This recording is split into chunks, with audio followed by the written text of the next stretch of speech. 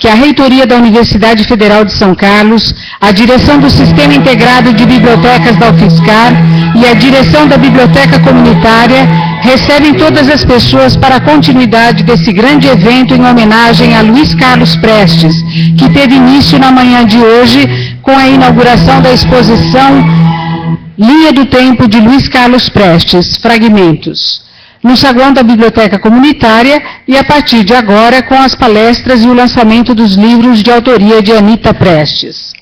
A iniciativa do evento é do Departamento de Coleções e Obras Raras e Especiais, com a colaboração do Departamento de Ação Cultural da Biblioteca Comunitária da UFSCar e conta com o apoio do Sistema Integrado de Bibliotecas e da Reitoria da UFSCar.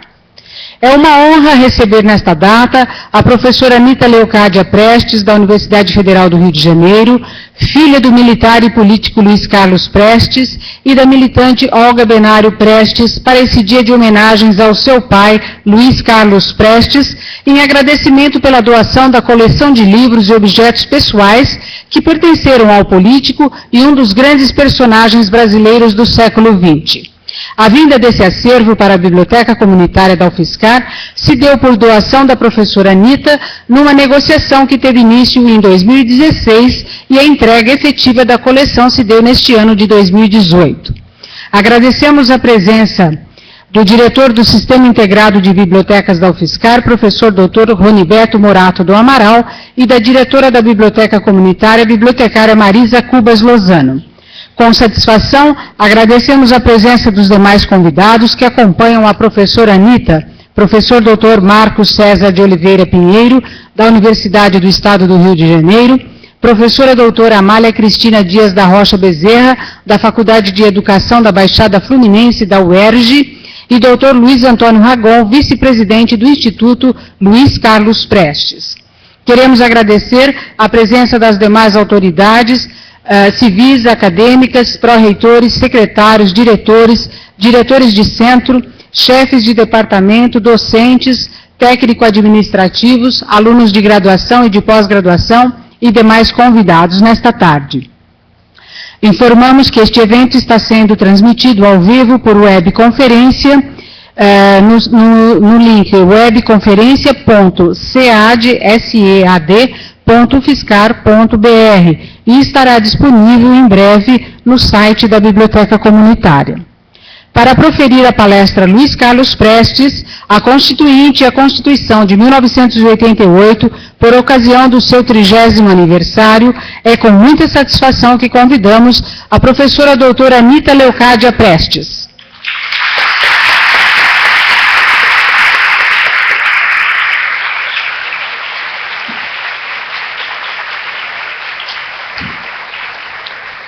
Para mediar essa apresentação, convidamos o professor Dr. Amarílio Ferreira Júnior, docente do Departamento de Educação da Universidade Federal de São Carlos.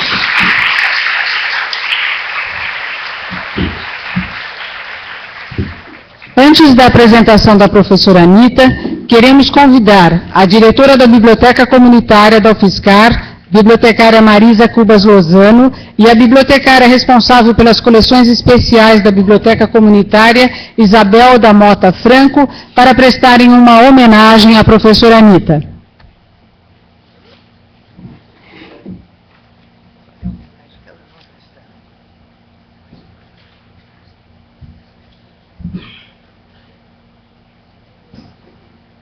O que vai falar primeiro vai ser o Marcos, você sabe.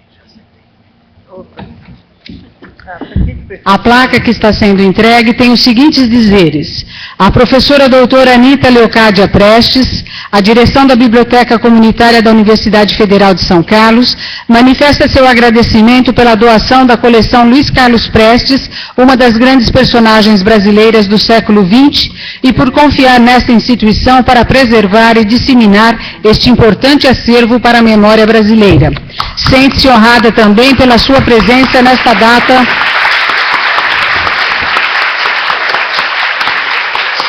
Sente-se honrada também pela sua presença nesta data tão significativa.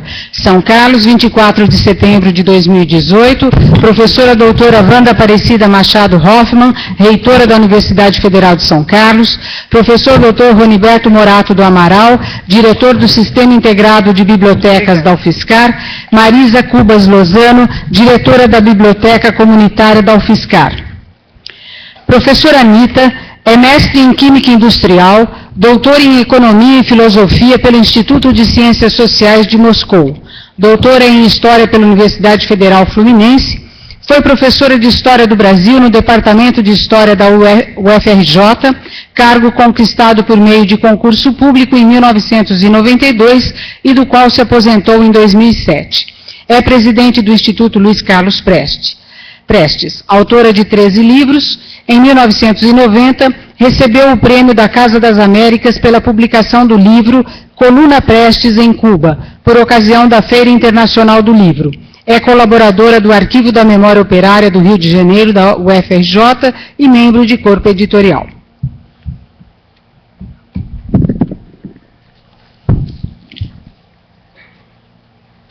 Por que não chamaram o Marco César? Não, chama o Marco César. O Marcos vai falar primeiro? Desculpe.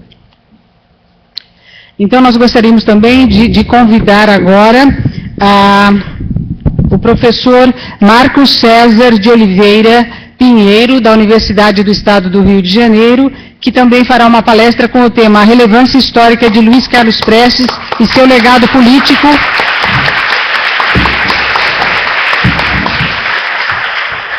A relevância histórica de Luiz Carlos Prestes e seu legado político para as novas gerações. Professor Marcos é doutor em História Comparada pela Universidade Federal do Rio de Janeiro e professor adjunto da Universidade do Estado do Rio de Janeiro. Bom, então passo a palavra para o professor Marcos, que vai pronunciar primeiramente a sua fala, e depois a professora Anita, tal como já foi anunciado. Marcos, a palavra é sua. Boa tarde a todos. Gostaria primeiramente de agradecer aos organizadores do evento pelo convite, né? Me sinto honrado de participar desse evento e dizer que é um momento muito importante, né, para o UFSCar, e a Biblioteca Comunitária recebeu o acervo de Luiz Carlos Prestes.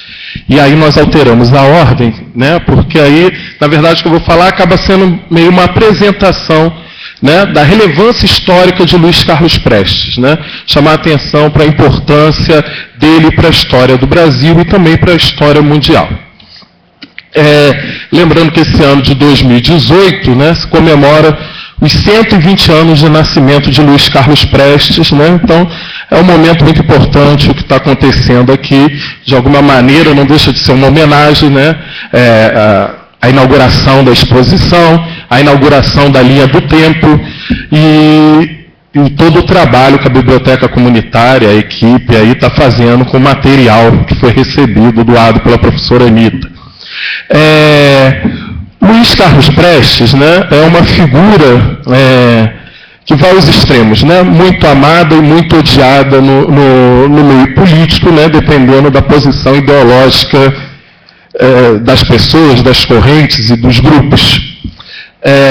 E por isso, né, ao longo desses anos, a sua história de vida tem sido muito deturpada, distorcida, e cabe ao papel da história, do historiador, e a professora Anita vem fazendo ao longo dos anos esse trabalho de muitos anos.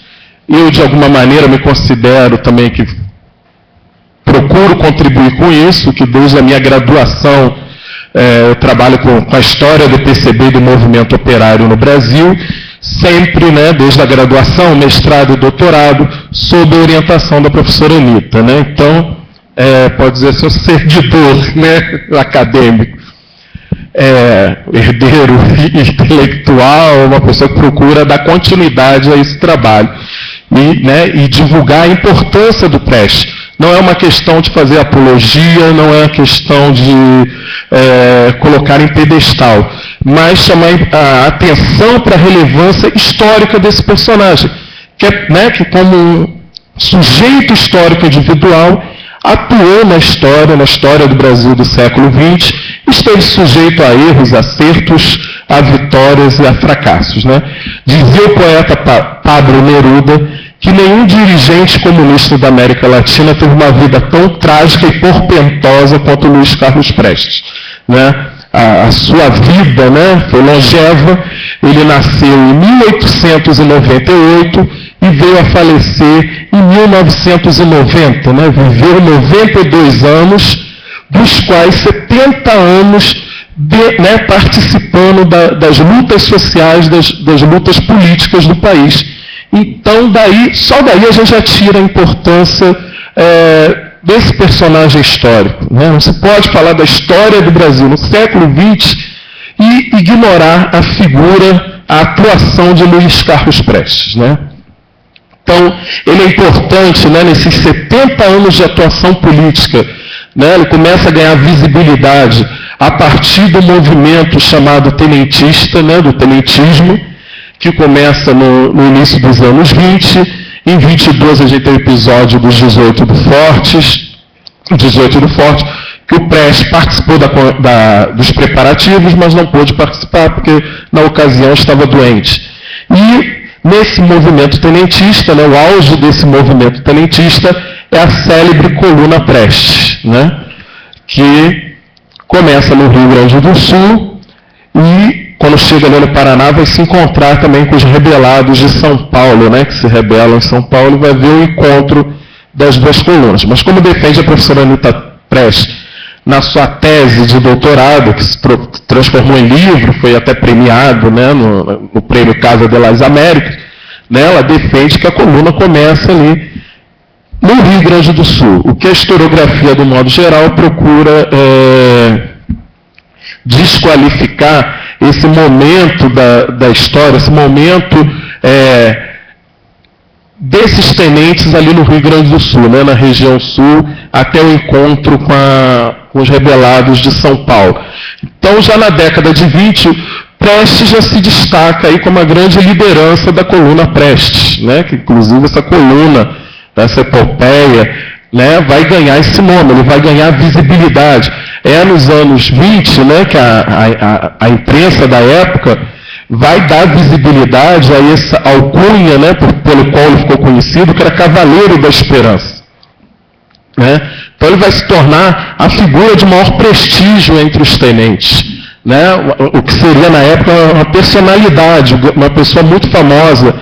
E em 1930, então, quer dizer, já há uma relevância, não se pode falar da crise da oligarquia, crise da República Velha ou da República Oligárquica, sem falar no papel dos tenentes, né, do movimento tenentista, e não se pode falar do movimento tenentista sem falar no papel de Luiz Carlos Prestes, né, que é aí que vai se forjar, né, o nome que vai perdurar, o Cavaleiro da Esperança. Em 30, né, é importante chamar que é um momento de ruptura do Prestes. Né? Em 30 tem a chamada Revolução de 1930. O Prestes é a grande liderança, né, talvez a pessoa de maior prestígio no Brasil naquele momento, né, devido ao papel que ele desempenhou na liderança, em levar adiante a coluna. Claro, com o trabalho dos outros tenentes, né, tinha a participação de 50 mulheres, claro que era um trabalho coletivo, mas é importante o papel do líder, né, para direcionar, e o Prestes teve esse papel.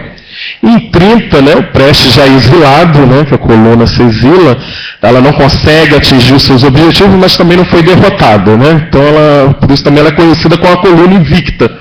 Né, derrotou 18 generais do Exército Brasileiro. Né, e ele está exilado e ele vai ser convidado para ser a grande liderança militar do movimento de 1930, né, para liderar o movimento que viria a chamar a Revolução de 1930. E Prestes, naquele momento, ele está convencido, né, a partir da sua vivência da coluna Prestes,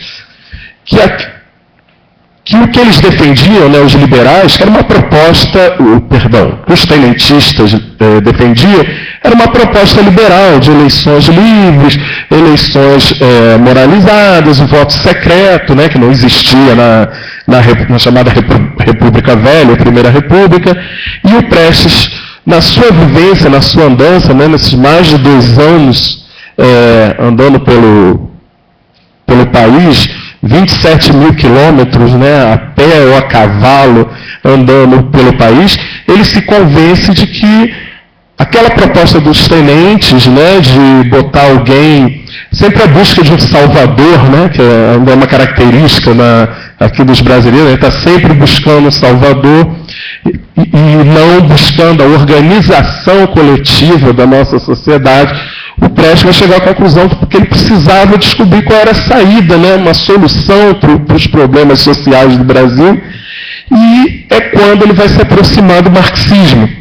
E em maio de 30 ele lança um manifesto famoso, né, que é o Manifesto de 1930, que ele rompe com os tenentes, seus antigos companheiros, e a gente pode dizer que pelo menos é um momento único na história do Brasil, né, que alguém ligado às elites, né, que o Prestes era da pequena burguesia, o tenente, né, não era uma pessoa das camadas populares, que é a primeira vez, né, que uma pessoa da elite ou das camadas médias urbanas lhe é oferecido poder, né, e ele rejeita o poder em nome daquilo que ele acha justo, né, que ele achava que haveria necessidade de transformações sociais profundas no Brasil, né, que pudesse acabar com a miséria, com a fome, né, com a condição do latifúndio, né, com que ele se deparou no interior do país, o mandonismo, aquele coronelismo bem típico do país.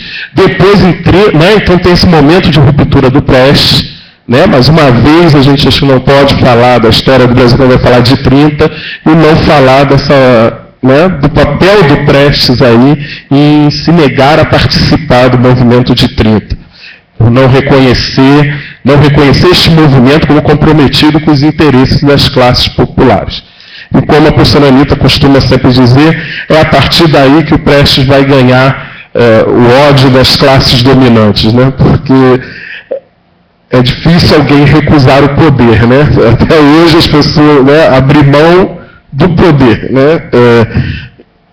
Por uma causa coletiva, né? No caso, então, né, a grande liderança, isso a gente ouve testemunhos, o professor Barbosa Lima Sobrinho, o próprio Sobral Pinto, né, contemporâneos da época, que afirmam isso, que o poder foi entregue a ele de bandeja e ele recusou esse poder, né? Então, a partir desse momento, as classes dominantes nunca vão perdoar o Prestes por isso, né? Porque é um sinal de mostrar que é possível e se deve lutar pelo coletivo, pelo bem comum, que eu vou abordar mais na frente, que eu vou falar do legado político dele, porque que a gente pode falar de um legado político dele, concordando ou não com as ideias de Prestes, né? Mas a sua atuação, a sua relevância, o seu papel enquanto sujeito histórico, que valores, né, durante essa trajetória ele nos deixou de legado, de herança, que talvez nos sirva para refletirmos sobre o nosso futuro,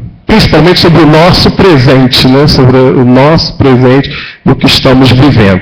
Em 30, né, mais uma vez a gente vai ter o Prestes aí, também não se pode falar, nos anos 30, né, que não só no Brasil, mas no mundo, vai haver uma polarização, né, entre as forças fascistas e as forças antifascistas, e mais uma vez, isso não vai ser diferente aqui no Brasil. Em 32 a gente tem a criação da Ação Integralista Brasileira, né, que era a nossa versão fascista, a versão brasileira do fascismo, e Prestes, que estava exilado na União Soviética, decide por vontade própria voltar ao Brasil clandestino para lutar contra aquilo que ele chamou de um processo de fascitização do Brasil, da sociedade brasileira, né? Algo que não é a mesma coisa, mas que parece que nós estamos vivendo aí também um processo de fascitização da nossa sociedade aí, né, no dia de hoje aí, quem frequenta as redes sociais, a imprensa, o jornal, a gente vai ver, né, o discurso do ódio e outras características, né, do fascismo. Claro que não aquele fascismo lá de trás, mas as continuidades, né, algumas características comuns a gente ainda vê presente hoje nesse momento.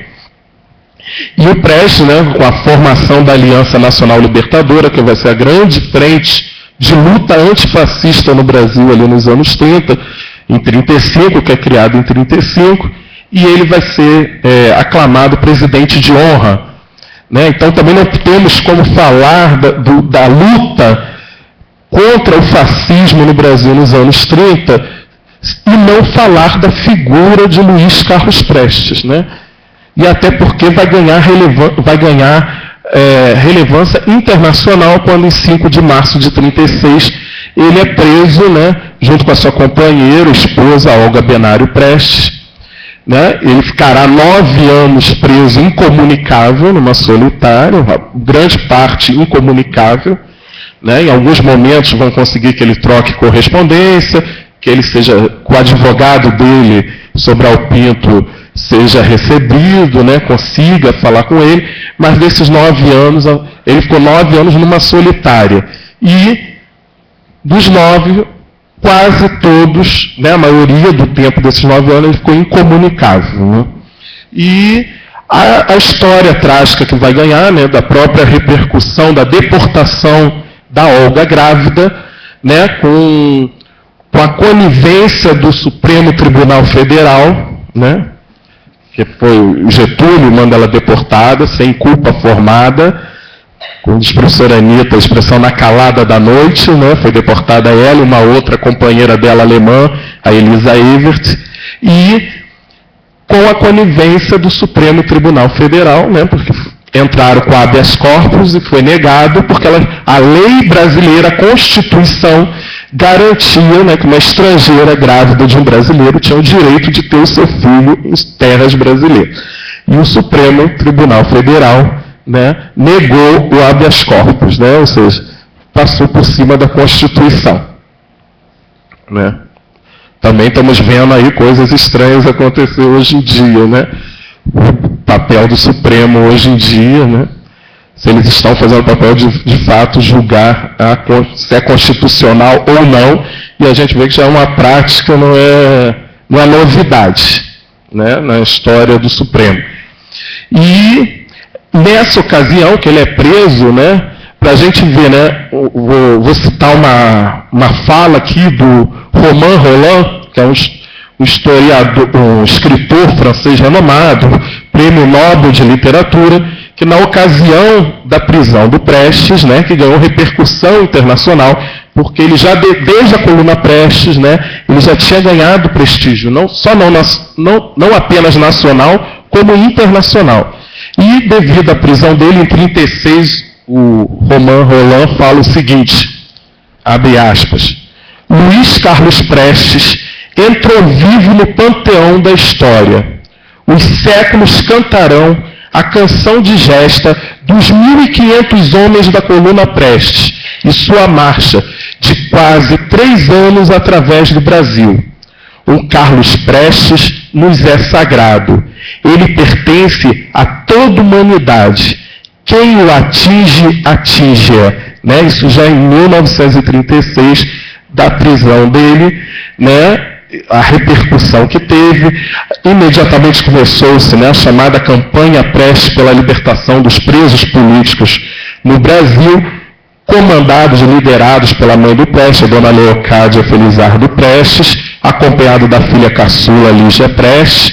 Depois, né, com a Olga dando luz à sua filha, né, que hoje está aqui, a professora Anitta Prestes, né, a campanha ganha mais intensidade, porque se tratava de uma criança, né, então até setores conservadores do mundo, de direita, ficaram sensibilizados com a história. A campanha ganha repercussões internacionais, né, que tem documentação aí que mostra, tem livro publicado da professora Anitta, mas tem documentação que mostra a repercussão, inclusive lá nos arquivos da Gestapo, né, a repercussão dessa campanha, e o governo do Hitler, pressionado por essa campanha, entrega a criança, né, o que não salva a vida da mãe, que é a Olga, e que esse período aí é retratado no livro aí que hoje vai ver o lançamento aí de autógrafo, né?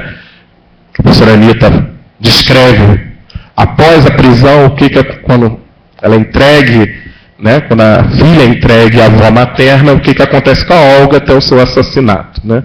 Mostrando a firmeza de caráter, porque só a parte aí desse livro aí da Olga, né, os documentos aí não eram dos aliados da Olga, mas eram dos inimigos da Olga, que na verdade, os seus algozes, que na verdade reafirmam a sua firmeza de caráter, a sua coragem, a sua integridade. Então, interessante nessa documentação aí, que a professora Anitta aborda nesse livro da Olga, é exatamente isso, porque não é dos seus companheiros, não é dos seus aliados, mas dos seus inimigos, né?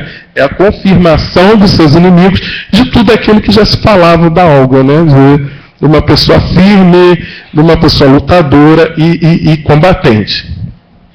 Mas saindo dos anos 30, né? Então, a luta, o movimento antifascista no Brasil, no mundo, de alguma maneira, perpassa a figura do Luiz Carlos Prestes. A própria campanha internacional, né, ganha dimensão no âmbito internacional. Então não temos como não falar da figura de Luiz Carlos Prestes ao estudar a história do Brasil no século XX.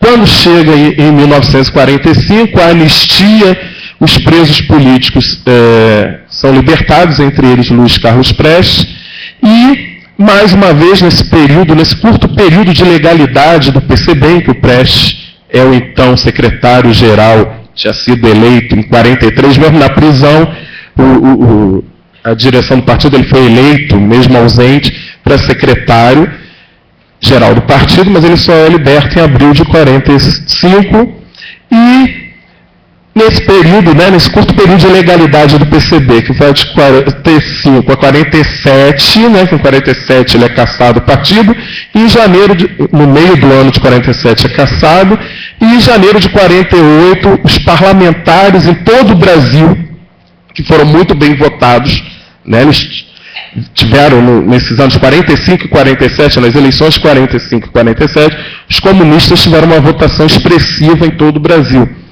E em 48, janeiro de 48, a democracia brasileira, né, fez a sua restrição, lembrando Florestan Fernandes, né, que sempre trabalhava o conceito de democracia restritiva e democracia de ampla participação. Ele vai dizer que no Brasil nós sempre tivemos uma democracia, né, os momentos em que se chamou de democracia no Brasil, sempre foi uma democracia restritiva, que não garante a participação dos amplos setores da sociedade, principalmente dos setores mais pobres da sociedade. Então, em 45, nesse período entre 45 até a cassação em 48, também não se pode falar da história do Brasil sem a importância de Luiz Carlos Prestes, da atuação dos comunistas, né, porque foi convocada uma constituinte, os comunistas eram a terceira maior bancada da Constituinte, né, de 46, e o Prestes foi o senador mais votado na história da República até aquele momento, né, pelo Distrito Federal. Né, o prestígio dele. Então, o que eu estou chamando a atenção aqui desses momentos da história do Prestes é exatamente a relevância histórica, né, a importância desse personagem. Não é à toa que está este acervo aqui no UFSCar, né, não é a doação simplesmente da filha do Luiz Carlos Prestes, que é preservar a memória do pai. Não, é da historiadora Anitta Prestes, né, que está dando um acervo, na verdade, né, para se preservar uma parte importante da história do Brasil, que é a história, né, que a história do Prestes se confunde com a história das lutas sociais do povo brasileiro, em vários momentos do século XX. Né? Então, a importância é isso que eu estou querendo destacar, não é fazer uma biografia do Prestes, mas mostrar alguns pontos biográficos, a importância do Prestes. Depois dessa cassação em 48, ele vai ficar 10 anos clandestino, né, numa clandestinidade profunda, senão ele seria preso, morto, e quando volta lá por volta de 58, né, o PCB clandestino, mas os comunistas poderiam atuar. Mais uma vez nós vamos ver, né, a importância, a liderança do Prestes, né, junto aos comunistas, nos movimentos de lutas sociais, da reforma de base, né, fazendo pressão para as reformas de base nos anos 60, que vai culminar no golpe de 1º de abril de 1964. Né? Não à toa, quando tem o golpe, né, a primeira lista, né, quando sai a primeira lista das pessoas com seus direitos cassados, o primeiro nome é de Luiz Carlos Prestes, né? O primeiro nome que figura na listagem dos cassados, tiveram seus direitos políticos cassados, tiveram que ir para a clandestinidade. E aí nós vamos ter todo um processo, né? Depois ele vai ficar atuando aqui no Brasil na clandestinidade, depois ele vai para a União Soviética, vai atuar fortemente em todos os momentos de luta e nos movimentos, nas conferências dos países socialistas, preocupado em lutar, né, pelo processo de redemocratização do Brasil, de combater a ditadura militar. Quando volta do exílio, né, vai ter toda uma militância, os seus últimos 10 anos de vida, mais ou menos, quando ele rompe com o PCB, né, ele deixa de ser o secretário e se desliga do Partido Comunista. Nunca deixou de ser comunista, ele se desligou do Partido Comunista, que ele acreditava que tinha perdido seu caráter revolucionário. Mas ele continuou comunista até morrer. E durante esses 10 anos, né, ele tem uma participação ativa e importante, né, e aí esses últimos 10 anos, a professora Anitta vai falar da importância do Prestes na elaboração aí da Constituinte, né, da nossa Constituição de 1988, de algo que está aí voltando, mas que Prestes, naquela época, são nos jornais, ele já falava, a professora Anitta vai se aprofundar aí, do artigo 142 da Constituição brasileira. E aí, mas que legado nós podemos falar do Prestes, né? A sua atuação, você concordando ou não com as suas posições políticas, mas conhecendo honestamente, objetivamente a sua atuação. Né? Porque a gente, quando vai lá estudar a história, a gente deve ter um dos princípios deve ser a honestidade intelectual. Eu não posso, claro que tem visões diferentes, né, pontos de vista diferentes, mas eu tenho que ter uma honestidade, um compromisso com as evidências, com a documentação. Então, neste compromisso, que legado a gente tem político, né? Apesar do Prestes ter morrido há quase 30 anos, mas que legado? O que ele deixou? Só o fato dele ter morrido, eu não posso mais falar de um legado político? Não, eu tenho um legado político, né? Se eu entender um conjunto de ideias, de condutas e de posturas diante do mundo, diante da sociedade, né? Diante do agir frente à realidade, às circunstâncias que me são colocadas. Então eu destacaria aí 3 pilares do legado de Prestes, né? Ao ver essa longa trajetória, 92 anos de vida, 70 anos envolvido com a política, né, de militância, vamos dizer, 70 anos de militância, lá desde o tenentismo, depois comunista e até morrer, né, como comunista. O primeiro pilar, né, eu digo que são 3 pilares que sustentam esse legado do Prestes.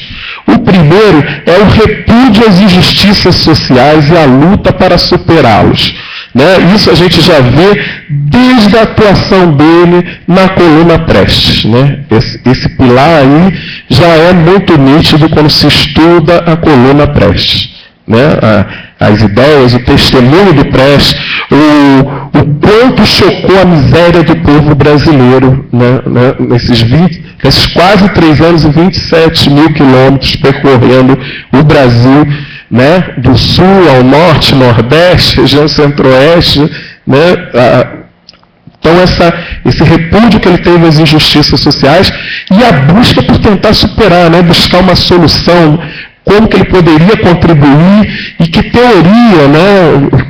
Que teoria poderia ajudar para superar essas injustiças sociais. O segundo pilar, né, quando a gente acompanha a atuação de Prestes, é o primado do altruísmo, da solidariedade sobre o individualismo, né? E eu acho que o momento que é um momento controverso, que é muito distorcido e que as pessoas repetem sem antes estudar e procurar ouvir as partes, é a questão em 45, quando está muito consagrado aí na historiografia, né, até por pessoas de esquerda que ficam repetindo, o Prestes apoiou Getúlio Vargas, o assassino da mulher dele. Aí ninguém vai procurar ouvir, né, qual era a posição, e este apoio era o apoio às medidas de reforma democratizantes, liberalizantes do regime do Estado Novo, que o Vargas estava tomando. E naquele momento o Vargas se alia às forças aliadas, que estavam lutando contra os países do eixo, né, os países nazifascistas. E o Prestes entende, o Prestes, percebeu muita gente, que era preciso cerrar forças, né, aglutinar todas as forças para derrotar o inimigo maior da humanidade, que era o nazifascismo. Então, nesse momento, quando você ouve, tem várias entrevistas do Prestes, né, se bobear, você vai ouvir, vai pegar no YouTube, deve ter aí no YouTube várias entrevistas. Quando perguntam isso ao Prestes, ele fala assim, naquele momento, o meu dever é lutar contra o inimigo da humanidade. Se eu fosse levar em questão meus interesses individuais, eu teria saído da prisão em abril de 45 e dado um tiro na cara do Getúlio Vargas. Né? E o Prestes nunca negou que ele era o responsável por entregar Olga à Gestapo e entendia isso como uma vingança do próprio Getúlio, já que o Prestes, quando foi preso, diferentemente de outros presos em 35, 36, que foram torturados fisicamente, né, ao Prestes bem que queria, mas era complicado, porque ele tinha prestígio internacional. E isso ia repercutir muito mal na comunidade internacional se ele sofresse tortura física. Né? Então a maneira que encontraram de torturá-lo era que entregar a esposa grávida para os nazistas, porque sabia que ela não voltaria. Né? Até porque a Olga já tinha a cabeça a prêmio, né, devido à história de militância dela na Europa. Ela já tinha cabeça a prêmio na Alemanha.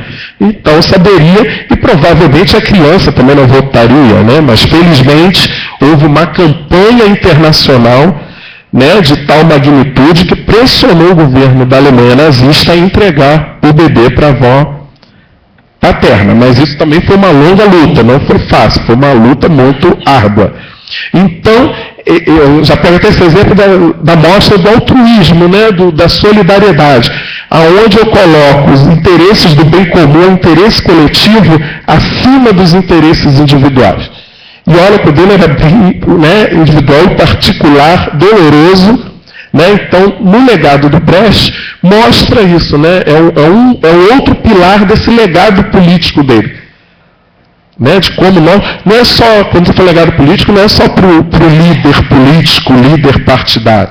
Né? Nós somos agentes políticos. Né? Então a nossa atuação enquanto política, né, de uma ética, de uma conduta, de uma atitude política ser tomado frente à sociedade, frente ao que está acontecendo.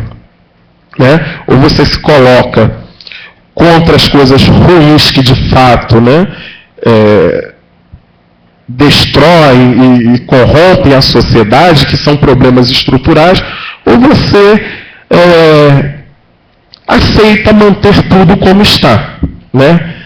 Aí aceita falsos discursos de mudança, né? Mudar para continuar tudo como está, né? Ou você de fato luta para que haja não mudanças, mas transformações profundas na sociedade. O terceiro pilar, né, desse legado político de Prestes, o último, já estou encerrando, é a vontade política voltada às transformações como motivação das ações da vida pública. Né? Foi isso que movia, então, quer dizer, a vida pública do Prestes era exatamente essa vontade política de lutar por transformações. Né? De não se acomodar, de não se resignar, de não aceitar as coisas, né, de não naturalizar as coisas como são. Porque nada em sociedade é natural, é histórico. Se é histórico, é transitório, é passível de mudança. Só que também não vai mudar por uma questão espontânea, vai mudar pela ação dos homens, pela ação dos seres humanos, dos homens, mulheres, crianças, velhos, os povos, né, organizados coletivamente. Claro que as lideranças são importantes, né, porque nem sempre dá para todo mundo fazer tudo ao mesmo tempo, mas o terceiro pilar é esta vontade política, né?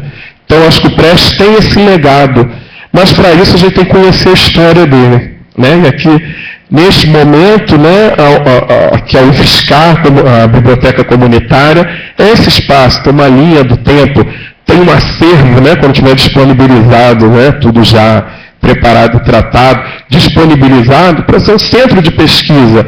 Há os livros da professora Anita Prestes, há muitas coisas aí produzidas, né, sérias, né, que não distorcem, não deturpam, que mostram isso. Então a gente precisa, primeiro, conhecer, né, para depois tirar as conclusões. Eu não posso tirar as conclusões sem conhecer, que aí não é conhecimento. Chama preconceito, né? Eu conceituo antes de eu conhecer a coisa. Então, muito obrigado, mais uma vez agradeço por participar aqui deste evento. Obrigado.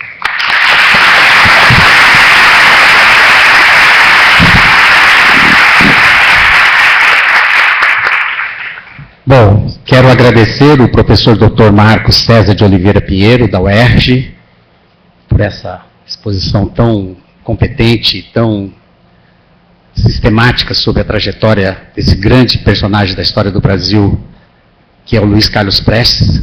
Concordo com Marx de que é impossível entender a história do Brasil sem entender o protagonismo do Prestes, seja o Prestes tenente, seja o Prestes líder do Partido Comunista ou do movimento comunista no Brasil. Tal como foi anunciado, agora nós teremos a conferência da professora Anita Leocádia Prestes, Luiz Carlos Prestes, a Constituinte e a Constituição de 1988, comemorativo ao 30º aniversário da Constituição de 1988.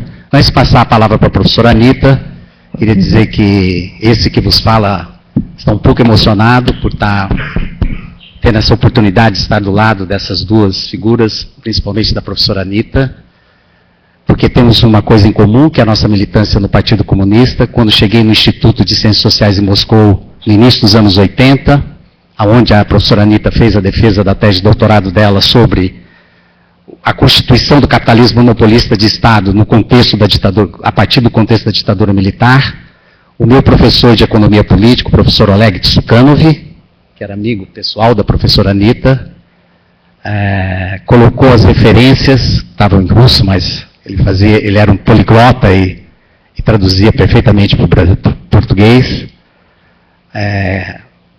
As aplicações das categorias da economia política que a professora Anita usou para interpretar a realidade do desenvolvimento do capitalismo brasileiro. Então, eu queria dizer que depois de tantos anos, de muitas décadas, eu me encontro aqui nessa situação e para mim é um privilégio e uma honra. Passo a palavra à professora Anita, por favor.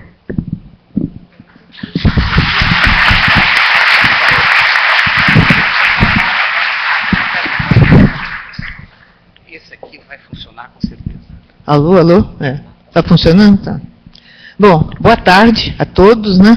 Quero começar agradecendo aqui, em particular, né, a reitora da Universidade Federal de São Carlos pela acolhida, né, que foi dada a esse acervo, cuja doação, né, eu fiz aqui no início desse ano. Agradecer à Biblioteca Comunitária, né, pelo trabalho que estão fazendo com o acervo, pela exposição organizada, enfim, por todo esse evento, né, que está transcorrendo no dia de hoje, por todo o trabalho que está sendo feito, né. Agradecer ao professor Amarílio, né, que fez aqui a apresentação, né? Enfim, agradecer a todos vocês a presença aqui numerosa, né? Que muito me estimula, enfim, é um estímulo para a gente continuar trabalhando, né? Esse apoio, esse interesse, né, dos jovens, dos professores, né? Principalmente a gente olha que o público, a grande maioria de jovens, quer dizer, são o futuro do Brasil. Então é muita responsabilidade, né? E muito importante, eu acho que falar para vocês e trazer um pouco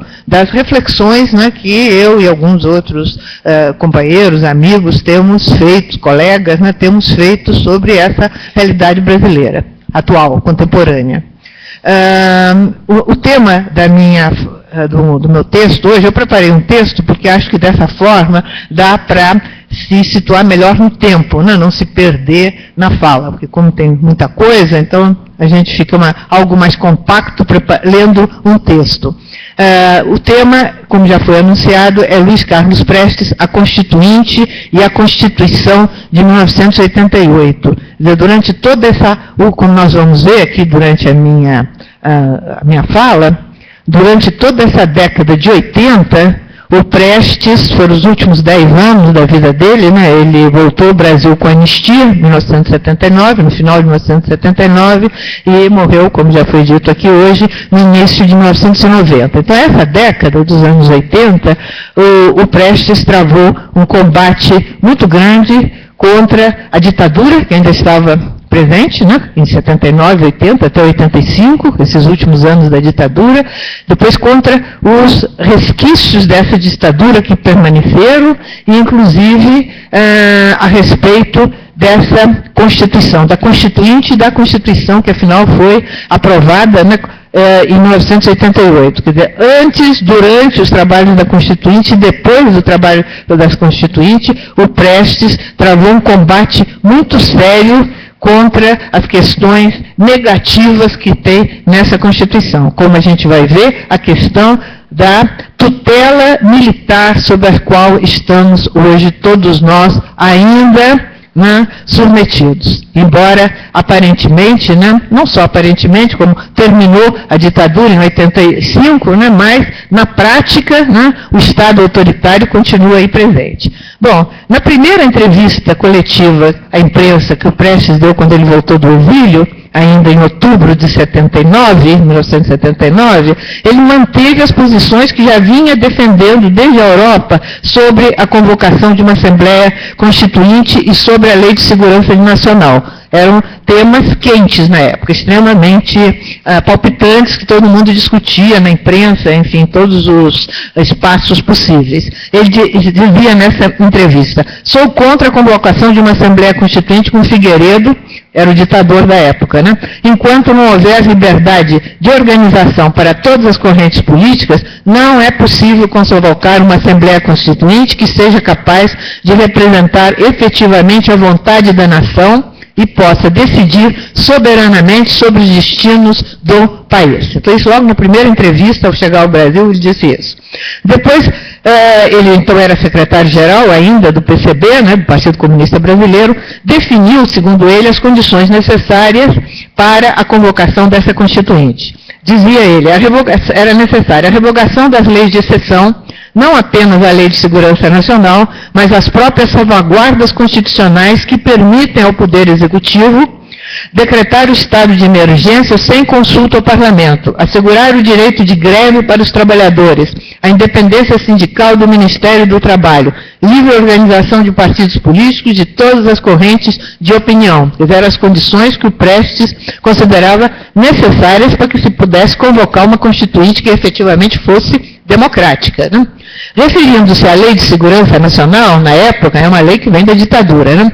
Prestes a definiu como código anticomunista imposto ao povo pelo opressor estrangeiro, esclarecendo que em sua vigência não seria possível conquistar a legalidade do PCB, uma vez que essa legislação proíbe, dizia ele, qualquer tentativa de reorganização de partido que esteja fora da lei.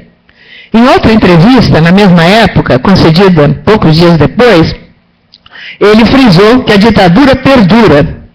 Basta dizer que muita gente achava que a ditadura com Figueiredo já era uma ditadura branda, né? Até hoje tem historiadores que escrevem isso. Ele dizia, basta dizer que a Lei de Segurança Nacional está de pé, assim como o aparelho de repressão que cometeu crimes hediondos como os quais como os que estão sendo denunciados, acrescentando que a Lei de Segurança Nacional exprime a essência do regime fascista, sendo, na verdade, e apenas isso, um código de perseguição aos comunistas imposto ao nosso povo pelo imperialismo americano. E esclareceu: a ditadura continua sem a legitimidade de um regime escolhido pelo povo, com governadores eleitos indiretamente naquele período, com senadores biônicos, com o pacote de abril em vigor, com a lei Falcão em vigor, com a greve sendo considerada crime. Já estávamos nos anos Figueiredo. Respondendo à pergunta de um jornalista que se referia a declarações feitas por José Salles, membro do Comitê Central do PCB, naquela época, de que este partido poderia apoiar a tese de constituinte com Figueiredo, foi uma tese que entrou em moda na época, Prestes reafirmou mais uma vez sua posição contrária à convocação de uma Assembleia Constituinte na vigência da Lei de Segurança Nacional e de toda uma legislação de exceção. Em outra ocasião, ele voltaria ao assunto escrevendo: o perigo de uma campanha nas condições atuais, isso é 1980, pela convocação de uma Assembleia Constituinte reside em que, ao apresentar-se a Constituinte como uma panaceia, o senhor Figueiredo será o primeiro a tomar a iniciativa de convocá-la, antes da revogação da legislação fascista e com o objetivo de consolidar o atual regime, de mais uma vez ludibriar a opinião pública com uma nova Constituição que consagre o mesmo regime sob o qual vivemos hoje. Continuava o Prestes: centrar nas condições atuais toda atividade de massas na luta pela Constituinte é alimentar ilusões na consciência dos trabalhadores, é desviar o rumo do movimento de massas que deverá levar necessariamente à conquista de uma democracia de massas e à derrota da ditadura. Em anotações feitas por Prestes durante o ano de 1981, Prestes chamou de panaceia a ideia de uma Constituinte livre com Figueiredo. O assunto continuava em tela, quando, na realidade, o que se tinha no país era o predomínio do poder militar. O presidente da República é o general de serviço. Segundo Prestes, seria necessário antes quebrar o atual poder militar, essência do fascismo. E escreveu: para termos uma Constituinte democrática, é necessário derrotar previamente a ditadura. Essa tese da existência no Brasil de um quarto poder, o poder militar, chama a atenção de vocês para isso, seria lembrada por Prestes inúmeras vezes, inclusive após a promulgação da Constituição de 1988, ao apontar o reconhecimento de tal poder na Carta de 88. Durante toda a década de 80, Prestes não perdeu a oportunidade de insistir na denúncia da tutela militar sobre os três poderes da República Brasileira, tema evitado tanto por liberais quanto por dirigentes do PCB na época. Em entrevista concedida em junho de 83, já estamos em 83, ele reafirmou: quem governa o Brasil não é o senhor Figueiredo. O senhor Figueiredo é uma figura de proa, um general de plantão na presidência da República. Quem governa é o alto comando do Exército, com o apoio da Marinha e da Aeronáutica. Isso quem diz, estou citando, é o próprio ministro do Exército, general Walter Pires. Numa entrevista que ele deu à Folha de São Paulo, em agosto de 1981, ele diz que o Exército, com as outras forças singulares, assim como ele chama a Marinha e a Aeronáutica, tem a tarefa de assegurar aos poderes do Estado, quer dizer, que eles estão acima dos poderes de Estado, a ordem e a tranquilidade para o desenvolvimento da economia e da democracia. Então, o ministro do Exército não dá uma palavra sobre a defesa da soberania nacional. Só trata de dominar os poderes de Estado. Isso é que eu chamo, dizia o Prestes, de tutela até hoje. Isso ele estava escrevendo em 83. Bom, aí vem a campanha das diretas, A partir da segunda metade de 83, a questão do voto direto para as eleições presidenciais, que estavam marcadas para o início de 85, tornou-se central, tanto na imprensa quanto no debate político. Fazendo ressalva de que somos todos partidários do voto direto do povo em todas as eleições e que nos interessamos pela escolha do futuro sucessor do atual ditador, o Prestes alertou que os comunistas não deveriam se deixar enganar pelos politiqueiros a serviço dos privilegiados, que consciente ou inconscientemente procuravam desviar a atenção do povo do quadro de miséria e da própria fome para convencê-lo, nesta hora, a preocupar-se apenas com a escolha do futuro presidente da República, ou a lutar pelo voto direto para as eleições presidenciais.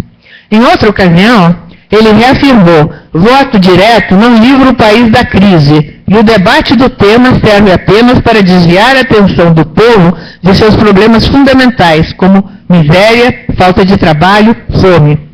Para Prestes, dizia ele, não podemos ser insensíveis aos sofrimentos do povo, nem podemos nos conformar em morrer de fome sem lutar, acrescentando, é através da luta contra a miséria e a fome, contra a falta de trabalho, contra as leis de arrocho salarial, contra a carestia do custo de vida, que poderemos, agora, acelerar a organização dos trabalhadores, elevar o nível de sua consciência política e revolucionária, mobilizá-los e levá-los a que se unam para lutar contra a ditadura dominante, contra o atual regime, pelas liberdades democráticas, contra as leis fascistas, tais como a Lei de Segurança Nacional, a Lei contra a Greve e outra. Prestes foi muito crítico em relação à forma como era conduzida a campanha pelas eleições diretas, isso em 1983 e 84, né? Dizia ele, não há nenhuma medida de organização, então o povo sai dos comícios, vai para casa e acabou tudo, considerando que a abertura democrática não passava de uma farsa, nas palavras dele. Achava importante, contudo, participar da campanha das diretas já e denunciar a manipulação das massas pelas elites liberais, assim como sua postura conciliadora com a ditadura. E também alertar as massas populares para a necessidade de organizar-se em torno de suas reivindicações, entendendo que as eleições diretas, embora pudessem ser uma conquista democrática, por si só não resolveriam os graves problemas do país. Prestes participou da enorme passeata pelas diretas já, realizada no Rio de Janeiro em março de 1984. Segundo a imprensa, foi o principal orador no palanque montado na Cinelândia, embora os organizadores do ato não quisessem conceder-lhe a palavra, da qual ele fez uso por exigência do público presente. Entretanto, Prestes recusou-se a comparecer ao comício de 1 milhão de pessoas na Candelária, Rio de Janeiro, pois seu organizador, o governador Leonel Brizola, na época, o convidou sem direito à voz, condição para ele inaceitável. As posições do Prestes, até o Brizola, que era aliado, não aceitava. Em Porto Alegre, segundo o Correio do Povo, jornal importante em Porto Alegre, Prestes empolgou a multidão em comício com mais de 100 mil pessoas pelas diretas já. Às vésperas da votação da emenda Dante de Oliveira, que era a emenda das diretas, né, no Congresso Nacional, Prestes concedeu entrevista em que opinou sobre as possibilidades da sua aprovação, quer dizer, da aprovação da emenda da Dante de Oliveira. Dizia ele, até agora, tudo indica que o poder militar, no seu anticomunismo primário e anacrônico, continua insensível às grandes manifestações de massas em prol das eleições. Diretas já para a presidência da República. E como o quórum para aprovação de uma reforma constitucional é de 2/3 do número total de parlamentares, tudo indica que a emenda Dante de Oliveira não poderá ser aprovada. Perguntava ele, qual será então a posição a ser assumida pelos partidos de oposição? Tudo indica que seus dirigentes deixarão de lado as massas populares que mobilizaram para a campanha das eleições diretas já e que tratarão de participar das eleições indiretas através desse ilegítimo colégio eleitoral, procurando chegar a um candidato de conciliação, como tem sido tradicional em nosso país. Procurarão os dirigentes dos diversos partidos políticos de oposição chegar a um consenso com a ditadura, separadamente das massas trabalhadoras, à custa delas, sem a participação delas. As previsões feitas por Prestes seriam cumpridas, pois com a derrota das diretas já, os partidos de oposição trataram de chegar a um acordo com a ditadura. Liderados pelo PMDB, Partido do Movimento Democrático Brasileiro, aliaram-se com dissidentes do PDS, que era o Partido Democrático Social, o partido do governo, né, que havia escolhido Paulo Maluf como candidato, formando a Aliança Democrática, que apresentou Tancredo Neves e José Sarney como candidatos, respectivamente, a presidente e vice-presidente da República. Somente o PT, como rejeição à manutenção das eleições indiretas, orientou seus congressistas a não comparecer ao colégio eleitoral. Diante da derrota da emenda Dante de Oliveira, Prestes divulgou declaração ao povo, pronunciando-se contra a conciliação com a ditadura. Dizia ele: enquanto a burguesia, mais uma vez, como sempre tem acontecido, após utilizar-se do povo como massa de manobra, diante da primeira derrota, dá-lhe as costas e passa a conciliar com a ditadura. A classe operária e demais trabalhadores saberão prosseguir sem vacilações na luta pelos seus interesses mais imediatos, quer dizer, pelas liberdades democráticas, contra a miséria, a fome e a falta de trabalho, como também pelo voto direto já nas eleições presidenciais, sem ilusões, mas com redobrada firmeza e energia e organizando suas forças, certos de que só assim hão de transformar as derrotas de hoje na vitória de amanhã. Quando faltavam apenas 2 meses para as eleições no colégio eleitoral, marcadas para 15 de janeiro de 1985, Prestes voltou a condenar o pacto social de Tancredo Neves, que pretendia acabar com a luta de classes, pregando um pacto entre a burguesia e o proletariado, apontando o reacionarismo de sua tese. Prestes denunciou a conciliação de Tancredo com a ditadura, afirmando não haver diferença fundamental entre ele e Paulo Maluf, pois quem vai continuar governando é o poder militar. Mais uma vez, ele destacando o poder militar. Prestes a orientar os congressistas eleitos com seu apoio e comprometidos com suas posições políticas a não comparecer ao colégio eleitoral, abstendo-se de votar em Tancredo Neves. Diante do fato de que os deputados do PDT, o Partido Democrático Trabalhista Fluminense, Jacques Dornelas, federal, e Eduardo Schway, estadual, terem votado em Tancredo Neves, contra o compromisso que haviam assumido, Prestes divulgou nota na qual dizia discordar da posição por eles tomadas, uma vez que o voto no colégio eleitoral não era obrigatório e ambos haviam assumido compromissos políticos com ele por ocasião das eleições de 1982. E disse: como sempre fiz em minha atividade política, jamais me prestei a enganar o povo, prometendo-lhe, como agora tão abundantemente se faz, o fim da ditadura militar, a conquista de um regime democrático e até mesmo uma nova república capaz de assegurar trabalho e um salário digno para todos os trabalhadores. Mesmo após a eleição de Tancredo, Prestes manteve sua posição. Em entrevista à imprensa, isso já em 85, declarou: o poder militar ainda governará o país, acrescentando que o novo presidente, Tancredo Neves, estava a serviço do poder militar, e o Brasil vai continuar a ser governado por um general, a paisana.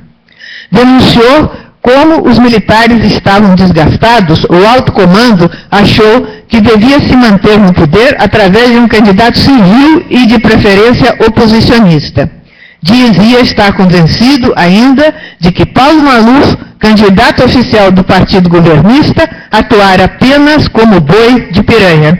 Isso é a eleição de janeiro de 85, indireta nesse colégio eleitoral.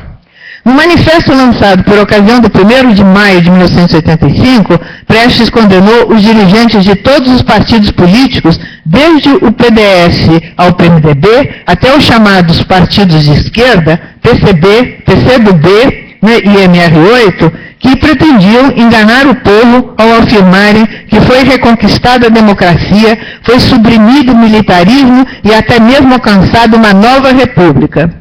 Com o senhor José Sarney agora no poder, porque o Tancredo morreu e o Sarney assumiu, vocês sabem disso, Com o senhor José Sarney agora no poder, em nada se modifica esse quadro. No ato público realizado na Quinta da Boa Vista, no Rio de Janeiro, em homenagem ao Dia do Trabalhador, oportunidade em que voltou a criticar a nova república, Prestes foi reconhecido pela imprensa como o único orador aplaudido por todos os grupos políticos. Perguntado por uma jornalista se a aprovação por unanimidade da emenda das eleições diretas enviada pelo presidente Sarney ao Congresso Nacional não teria sido uma vitória do povo, Prestes respondeu: o povo queria eleições diretas logo. Essa emenda, por hora, nos dá apenas a garantia do voto direto para a presidência da República, mas não diz quando. Sem dizer a data, não acrescenta muito. O Sarney cumpriu o compromisso assumido pelo presidente Tancredo Neves, mas as eleições deviam ser imediatamente. Porque em 88, na época falavam 88, acabou sendo 89, como vocês sabem, né?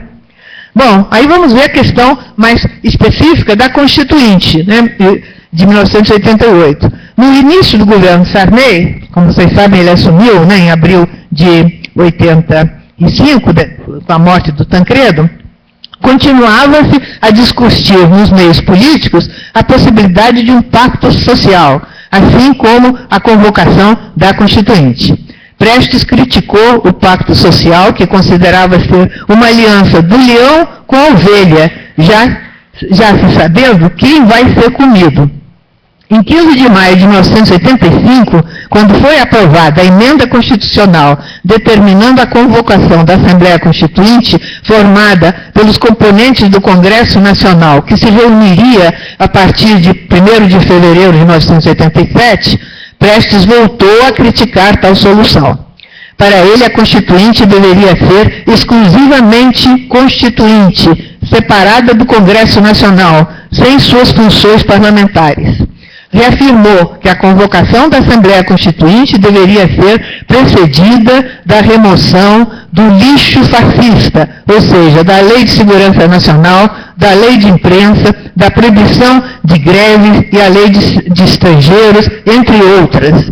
Considerou ainda que a nomeação de um grupo de pessoas para elaborar um anteprojeto de Constituição fora uma intervenção indébita de Sarney. Quer dizer, o Sarney nomeou uma comissão para fazer a Constituição, quer dizer, algo extremamente montado a partir de cima, né? Convidado a falar na Câmara Municipal de Duque de Caxias, no Rio de Janeiro, Prestes aproveitou a oportunidade para se pronunciar mais uma vez sobre a Constituinte e a chamada Nova República, contestando a legitimidade da comissão formada para estudar a elaboração da nova Carta Magna, que considerava elitista, já que não incluía em seus quadros nenhum representante das classes populares. Uma Constituição, dizia ele, feita sem a participação do povo só serve para atender aos interesses de pequenos grupos e para consolidar o poder da burguesia, dos grandes trustes internacionais que querem continuar no comando dos destinos do país à custa do sacrifício da classe trabalhadora. Esta, sim, a grande força responsável pelo progresso da nação. Quanto à Nova República, Prestes sublinhou que ainda não dissera que viera nem promovera qualquer modificação substancial nas velhas estruturas política, social e econômica, pois continuava em vigor a mesma legislação fascista criada nos 21 anos de governo dos generais. Exemplo disso, as ressalvas constitucionais, a Lei de Segurança Nacional e a Lei contra Greves. Persistia, portanto, segundo ele, o poder militar que tutela os 3 poderes do Estado. Ainda em 86, Prestes explicou por que considerava que a composição da atual Constituinte seria mais reacionária do que a de 1946, da qual ele participou.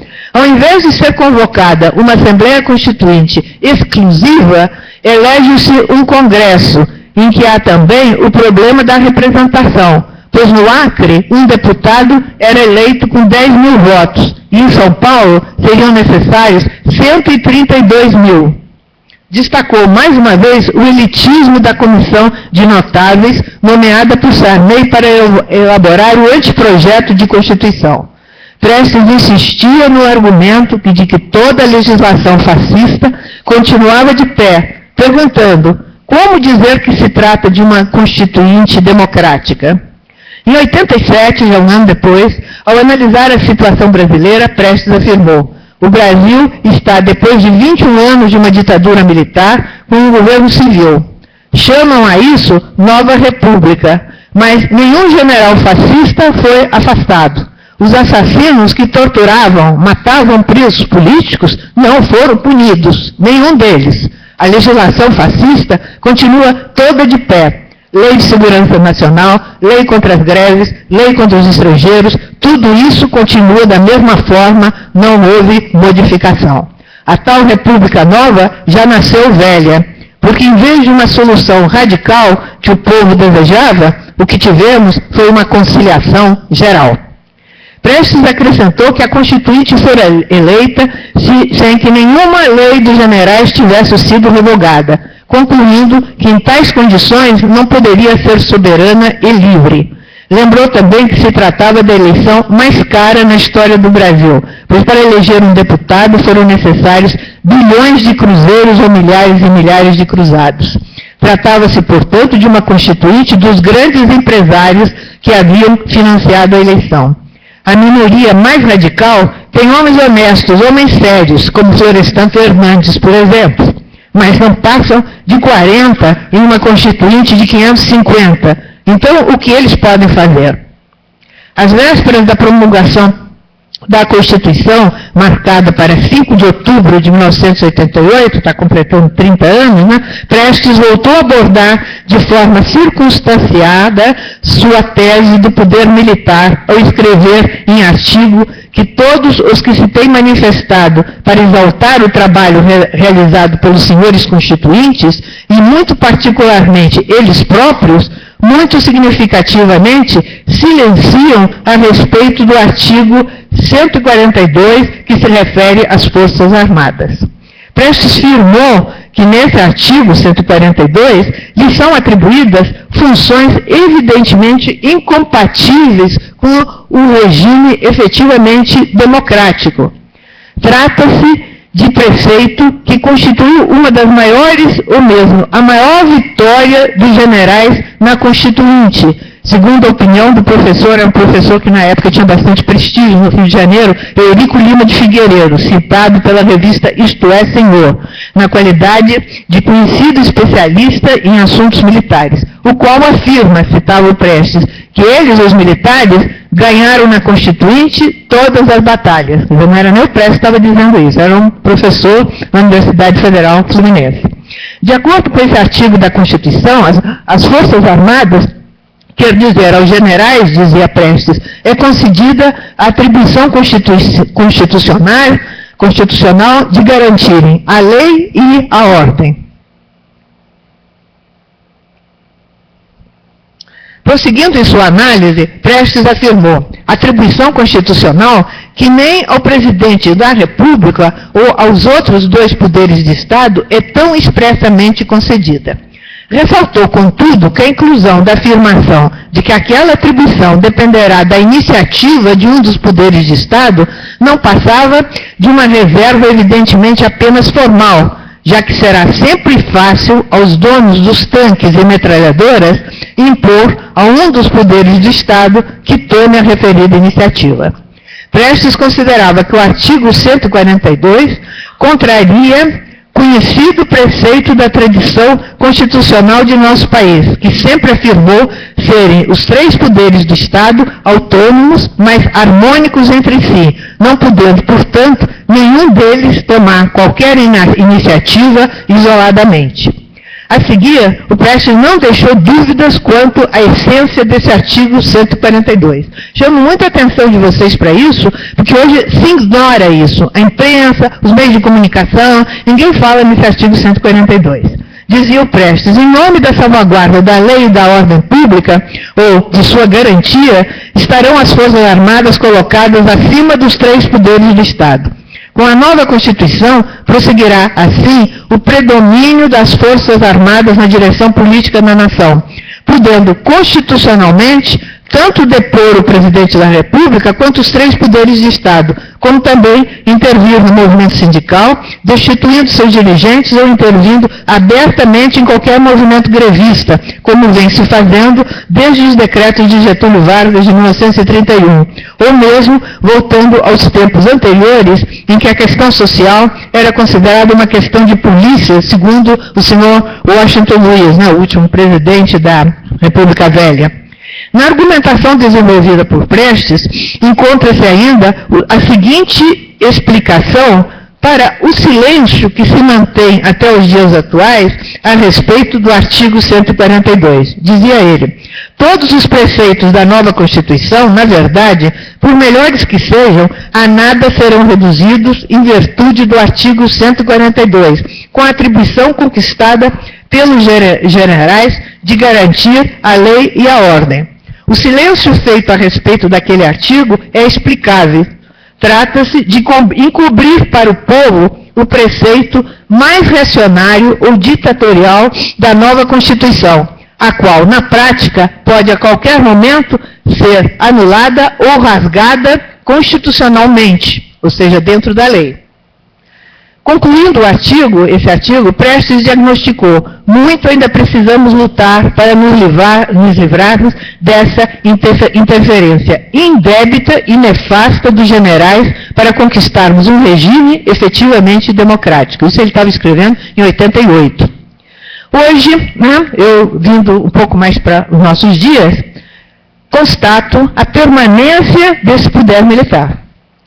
Hoje o artigo 142 da Constituição de 88 continua vigente, o que reforça a tese defendida por Prestes do poder militar e de sua tutela sobre a nação.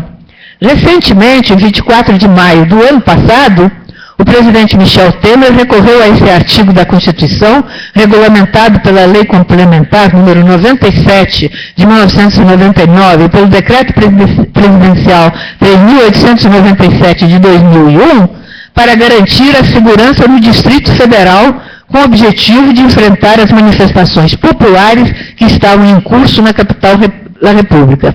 E depois disso, tem havido várias utilizações desse artigo 142, inclusive a intervenção militar no Rio de Janeiro. O professor Edson Telles, diretor do Instituto de Estudos sobre a Violência do Estado, aqui de São Paulo, destaca, é um dos poucos que fala nessa questão do artigo 142, destaca que na Constituição de 88, seu artigo 142 aponta a ingerência militar nos assuntos civis. Ele questiona a seguir: como podem os militares se submeterem aos poderes constitucionais, executivo, legislativo e judiciário, e ao mesmo tempo garanti-los? Edson Telles assinala que na Constituição atual, a relação entre militares e civis ficou quase idêntica à Constituição outorgada pela ditadura em 1967. Escreve ele: em uma democracia plena, o poder não pode ser garantido por quem impunha armas, mas pelo conjunto da sociedade por meio de eleições, da participação das entidades representativas da sociedade e dos partidos políticos. Ao instituir as Forças Armadas como garantidoras da lei e da ordem, acaba-se por estabelecê-las como um dos poderes políticos da sociedade. Dizendo nas minhas palavras, um quarto poder. Alguns fatos que antecederam a convocação da Constituinte explicam a manutenção da tutela militar na Constituição aprovada em 5 de outubro de 88. Os militares apoiaram a posse de José Sarney e vetaram o nome de Ulisses Guimarães, que tinha direito a assumir, na ocasião, para suceder Tancredo Neves, quando do seu falecimento. Segundo um outro cientista político, são os dois únicos professores universitários que eu detectei que nos últimos anos têm se pronunciado sobre esse artigo 142, que ninguém fala nele, Segundo esse segundo professor, o cientista político Jorge Javerucha, professor da Universidade Federal de Pernambuco, os militares também tiveram cacife político para negociar os termos de sua saída do governo. Ele apresenta assim alguns detalhes dessa transição, que são bastante interessantes. Ele diz o seguinte: Tancredo Neves negociou com os militares sua candidatura.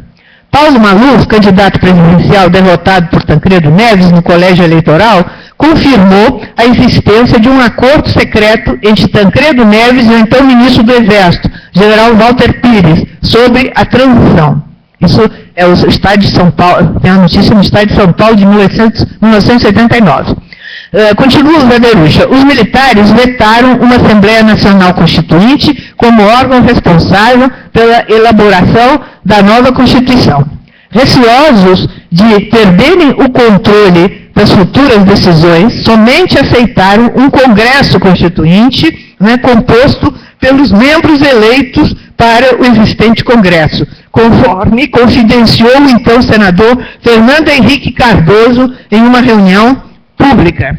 Fernando Henrique, posteriormente, negou em nota escrita tal informação. Mas teve o jornalista Marcelo Beraba, que tinha gravado o discurso do Fernando Henrique e publicou a transcrição confirmando a informação anterior. Publicou na Folha de São Paulo, aí, de 1990.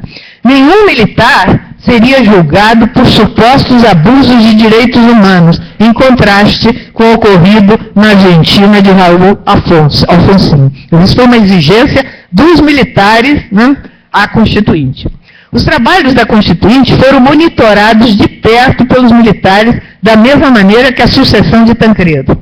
Ulisses Guimarães, então presidente da Câmara dos Deputados, explicou por que não disputou com José Sarney o direito de substituir Tancredo, falecido antes da posse. Ele diz: eu não fui bonzinho, coisa nenhuma, segui as instruções dos meus juristas. O meu Ponte de Miranda foi um constitucionalista brasileiro famoso, né? Estava lá fardado e com a espada me cutucando, que quem tinha de assumir era o Sarney. Isso declarações do próprio Ulisses Guimarães. O Jorge Zaderucci esclarece que Ponte de Miranda chamava-se General Leônidas Pires Gonçalves, ministro do Exército no governo Sarney. Quer dizer, o Ulisses Guimarães foi pressionado diretamente pelo ministro do Exército. O artigo 142 da Constituição, aprovada, diz que as Forças Armadas destinam-se à defesa da pátria, à garantia dos poderes constitucionais e, por iniciativa de qualquer destes, da lei e da ordem. O Jorge Zaderushka indaga como, logicamente, é possível se submeter e garantir algo simultaneamente. Escreve ele: lógica à parte, são os militares quem têm o poder constitucional de garantir o funcionamento do Executivo, Legislativo e Judiciário, a lei e a ordem, quando deveria ser o reverso. Ou seja, as Forças Armadas são baluartes da lei e da ordem, definidas por ela mesma, não importando a opinião do Presidente da República ou do Congresso Nacional. Portanto, cabe às Forças Armadas o poder soberano e constitucional de suspender a validade do ordenamento jurídico, colocando-se legalmente fora da lei. Em uma democracia, diz o Zaderucci ainda, o poder não é deferido a quem tem força, mas, ao contrário, a força colocada a serviço do poder. Prosseguindo em suas considerações, esse mesmo autor, o professor Jorge Zaderushka, escreve que há uma espada de Damocles fardada sobre a cabeça dos poderes constitucionais.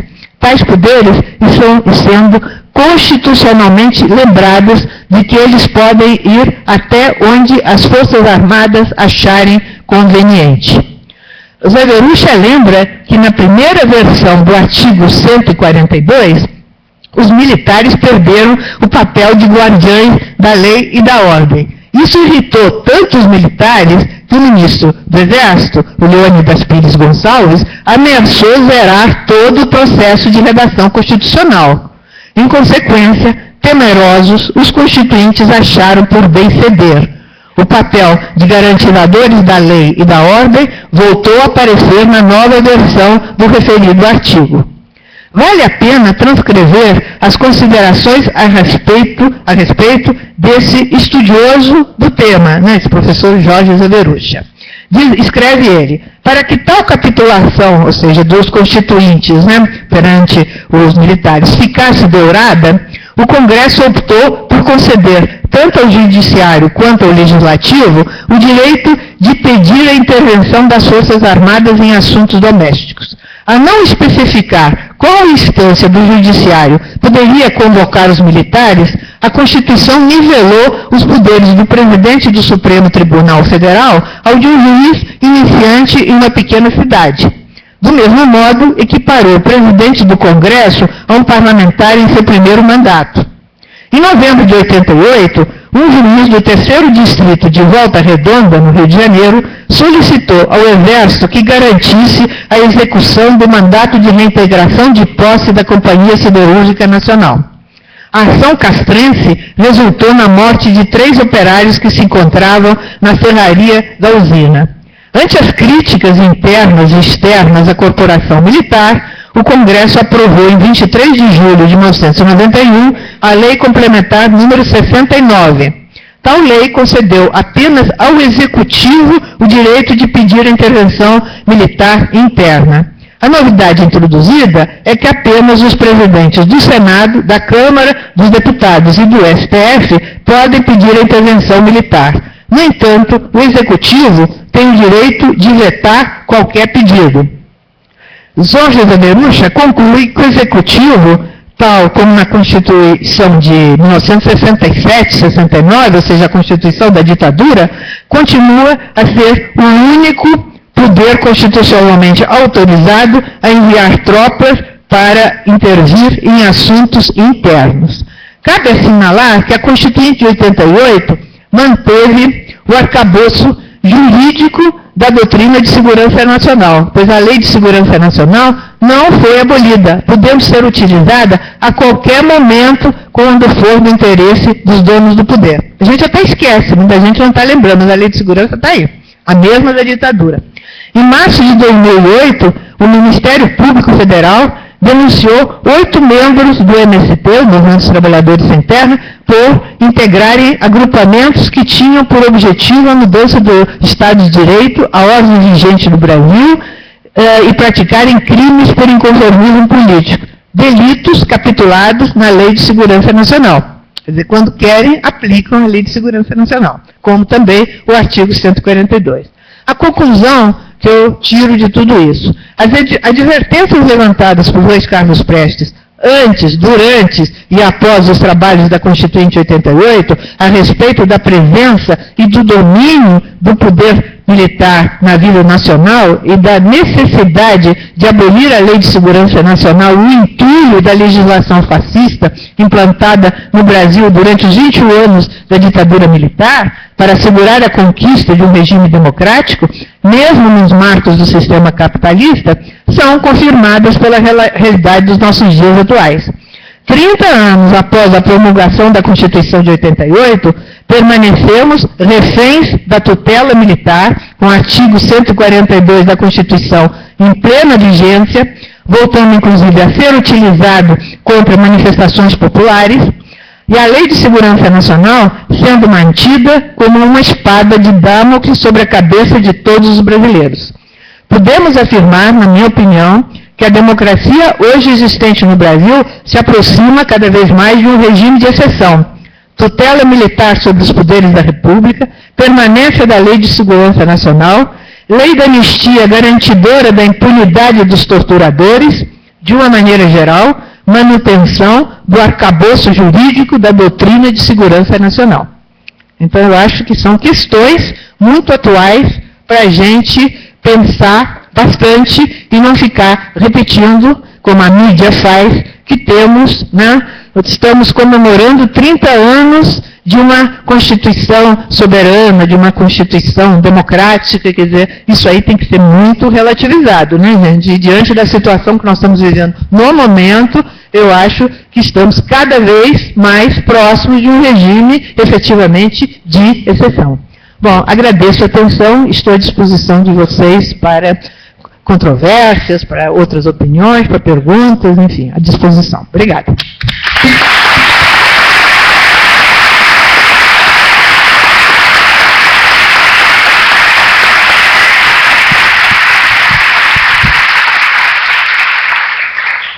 Queria agradecer à professora Anita pela brilhante exposição sobre uma das essências explicativas da atual ordem constitucional vigente no Brasil.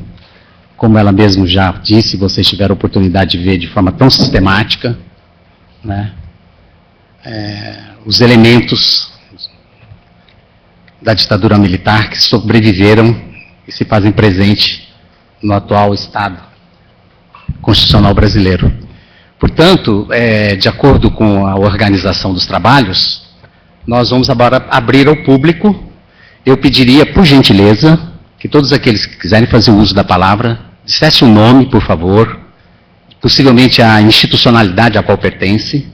Aí nós vamos fazer um bloco de 3 perguntas e passo as respostas para os 2 conferencistas da tarde, e até o tempo, o nosso exíguo tempo, porque ambos têm que retornar para o Rio de Janeiro ainda hoje, e possivelmente ainda terão que enfrentar a estrada para chegar no aeroporto. Então, o microfone se encontra aqui embaixo, basta levantar o braço e nós já começamos, portanto, está aberta as inscrições para as falas. Por gentileza. Ali, ó. Aqui, ó.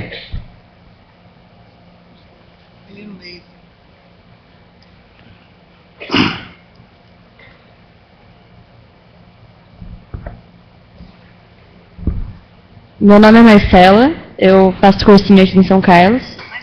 Mais alto, por favor. Meu nome é Marcela e eu faço cursinho aqui em São Carlos. É para falar a pergunta direta? Sim, daí mesmo, por favor. Eu queria saber a sua opinião sobre a declaração de um general 4 estrelas em fazer uma nova Constituição formada por notáveis fazendo essa Constituição.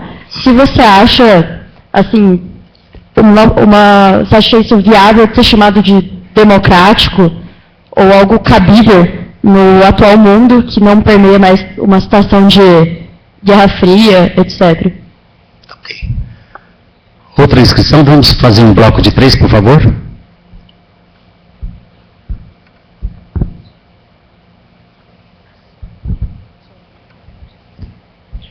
Olá, meu nome é Anderson, sou estudante da Universidade Estadual de Campinas, estudo Física. Eu tenho uma pergunta em relação à ONU, essas questões internacionais. O que você pensa a respeito da posição da comunidade internacional, da ONU, em relação a essa questão de direitos, da lei de segurança, ou seja, dos militares poderem intervir no poder constitucional no momento que eles quiserem?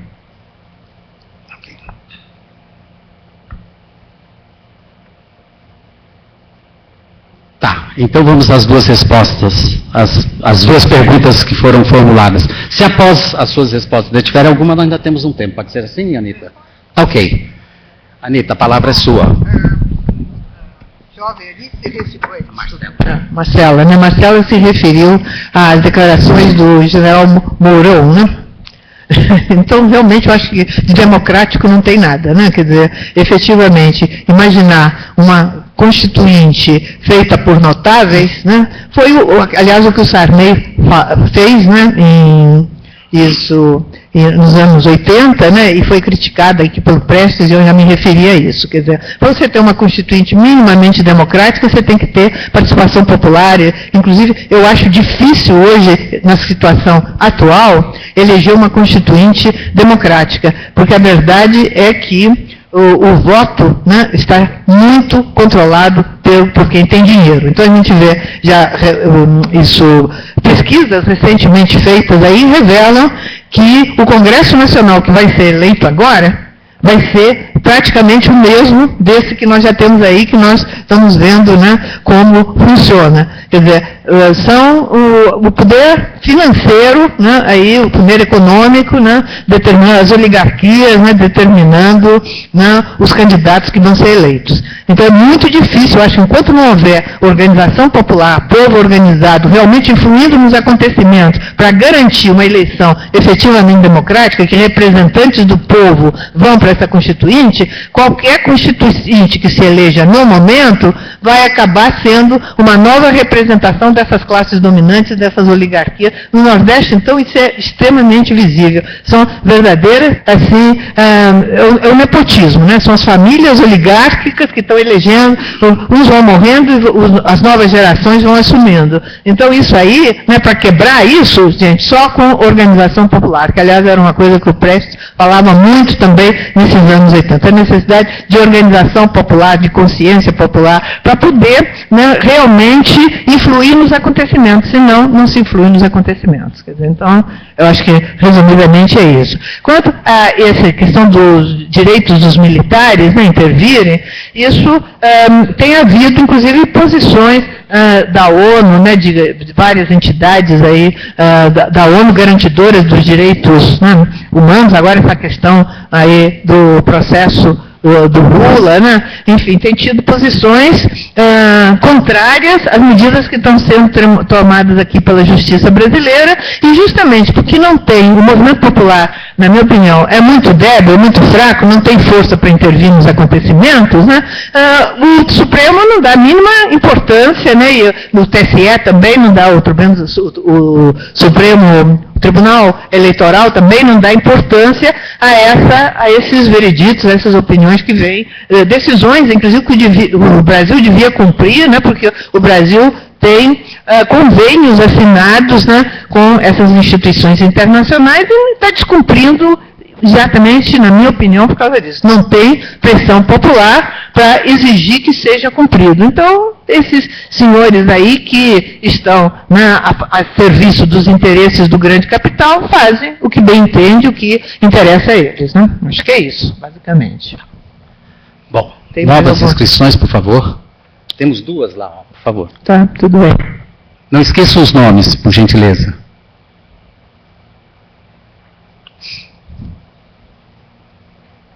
Aí, aqui, ó.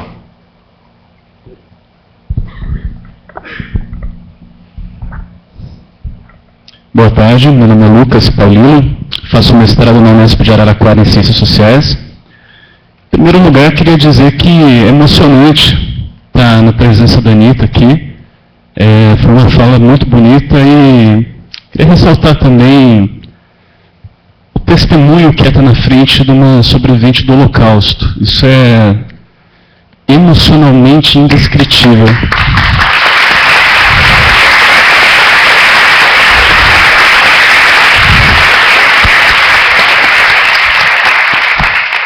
E eu queria fazer uma pergunta que vai num sentido complicado, né, que é o de tentar fazer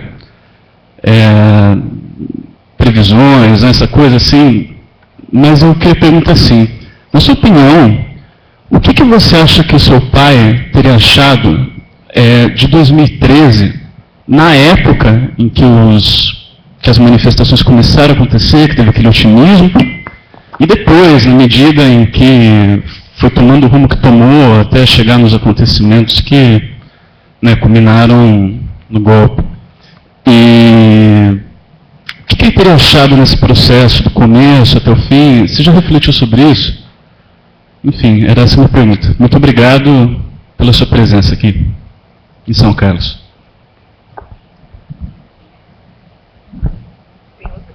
Tem.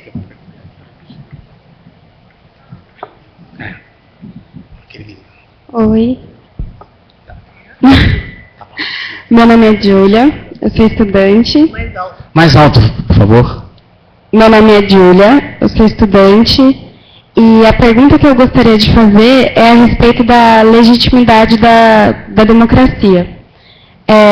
A participação dos militares nas constituintes e no cenário político que a gente tem hoje, isso daí é uma afirmação do poder de influência que os militares ainda têm na mentalidade das pessoas. Como que a gente poderia dar mais legitimidade à democracia, já que as eleições também não sei se vão ser um reflexo disso.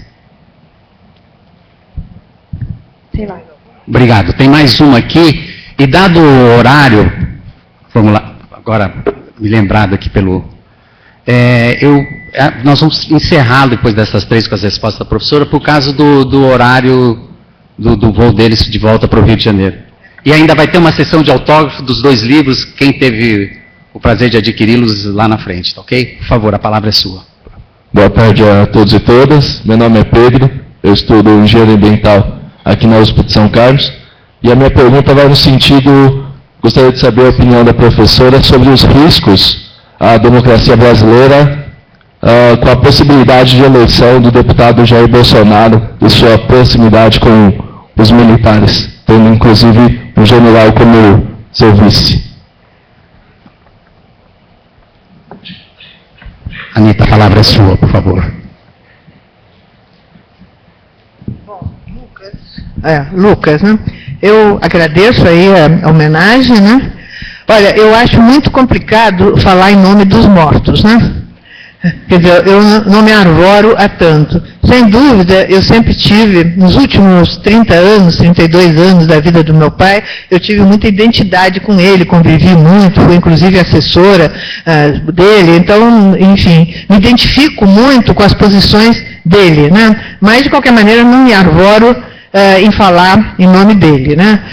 Eu acho melhor falar em meu nome e acredito que ele concordaria com as coisas que eu vou dizer, mas realmente garantir é impossível, né? Você falar em nome de quem já não está mais aí para opinar, né? Essas manifestações de 2013, né, teve um aspecto espontâneo, né, sem dúvida, né, de insatisfação, começaram em São Paulo, né, aqui com a questão do preço das passagens, né, do transporte coletivo, né, mas eu penso que isso não está desvinculado daqueles acontecimentos da chamada Primavera Árabe, e que por trás disso teve interesses outros, interesses do imperialismo. Eu acho que tem alguma coisa nesse sentido por trás. Quer dizer, utilizar a insatisfação. O inimigo é muito esperto. Então, ele utiliza a insatisfação popular para os seus objetivos. E vocês veem que a partir daquelas manifestações foi num crescendo todo um movimento voltado para quê? Para chegar a, primeiro, tentar que a Dilma não fosse vitoriosa na eleição, né, em 14. Depois, na medida que foi vitoriosa com uma dificuldade muito grande, uma diferença muito pequena, derrubá-la e arranjar pretexto para derrubar. Quer dizer, eu sou, quem me conhece, quem já ouviu declarações minhas e coisas que eu já escrevi, quer dizer, eu sou muito crítica ao PT, ao Lula, à Dilma, né? Eu acho que são altamente responsáveis, inclusive pelo que está acontecendo hoje, porque, entre outros erros que foram cometidos, foi a não organização popular, a não mobilização popular, até para defender a Dilma e o Lula na hora, né, em que o imperialismo resolveu derrubá-los. E resolveu derrubá-los por quê? Porque, apesar, né, de não terem feito reformas profundas, apesar de não terem realmente avançado no sentido da organização popular, no sentido de fazer reformas que até o Jango tentou fazer. E foi derrubado justamente porque estava fazendo essas reformas. Quer dizer, o governo do Jango, na minha opinião, foi muito mais avançado que os governos do PT, que não tentaram fazer essas reformas. E, digamos a verdade, essa reforma trabalhista, a reforma da Previdência, que está em pauta, começaram lá, nos governos do PT. Então, eles capitularam muito diante do grande capital internacionalizado. Mas o grande capital, o imperialismo, para dar nome aos bois, queria mais. Porque, afinal das contas, alguns interesses populares foram atendidos. Houve uma melhoria no salário mínimo, nas condições de vida do povo. E houve uma certa, enfim, vacilação na defesa dos interesses do imperialismo. Então, o imperialismo queria tudo. E, por isso, a derrubada, na minha opinião, da Dilma e a prisão do Lula, para evitar que ele volte, né, a ser eleito. Porque, se ele for solto, ele vai ser eleito. Está bastante evidente atualmente, né, pelas próprias pesquisas aí de opinião.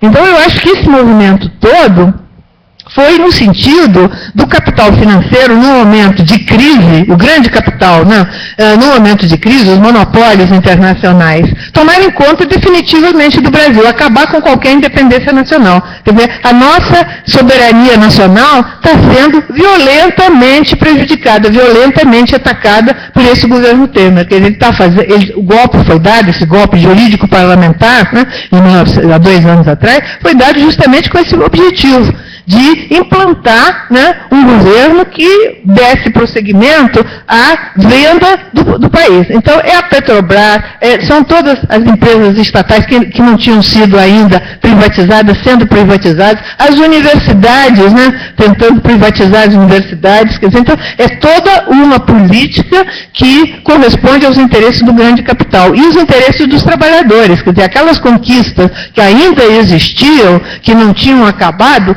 acabar com todas essas conquistas, seja a lei trabalhista, seja a questão da previdência social, esse teto que foi estabelecido aí no orçamento atinge violentamente tanto a saúde como a educação. Né? Então são medidas que interessam ao grande capital, desnacionalizam a nossa economia nacional. O Brasil está num processo de desindustrialização, isso não sou eu que digo, são aí, né, economistas, cientistas políticos que estudam o assunto, está claramente isso. O Brasil está voltando à situação da Primeira República, ou seja, se transformando numa nação agroexportadora, exporta produtos primários, né, soja, suco de laranja, né, e minério, é isso que o Brasil está fazendo. Então, realmente, né, é um retrocesso muito grande, retrocesso esse que interessa a política do grande capital mundial. E para isso foi dado o golpe,